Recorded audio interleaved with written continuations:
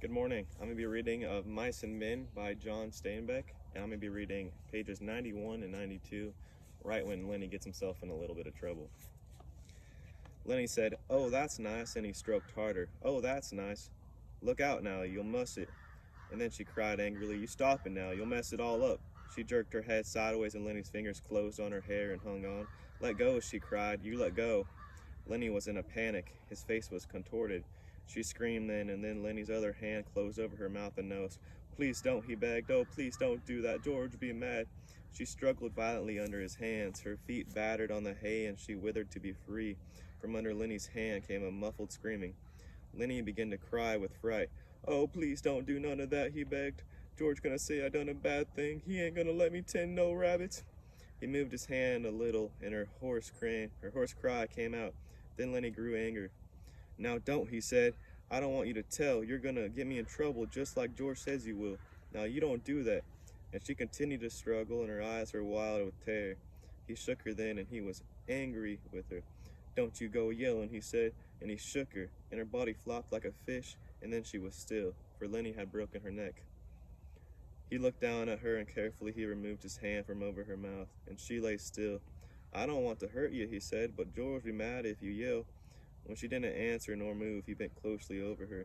He lifted her arm and let it drop. For a moment he seemed bewildered, and then he whispered in fright, "I done a bad thing.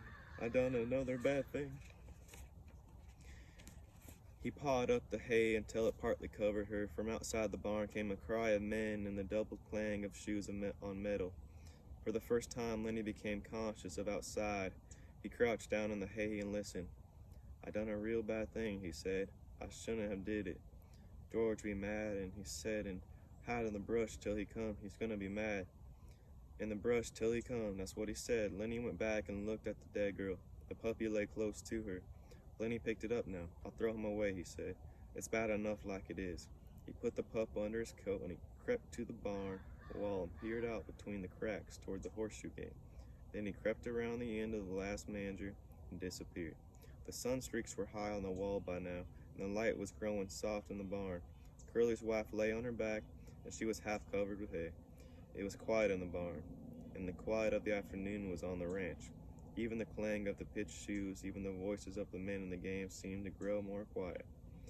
The air in the barn was dusky in advance on the outside day.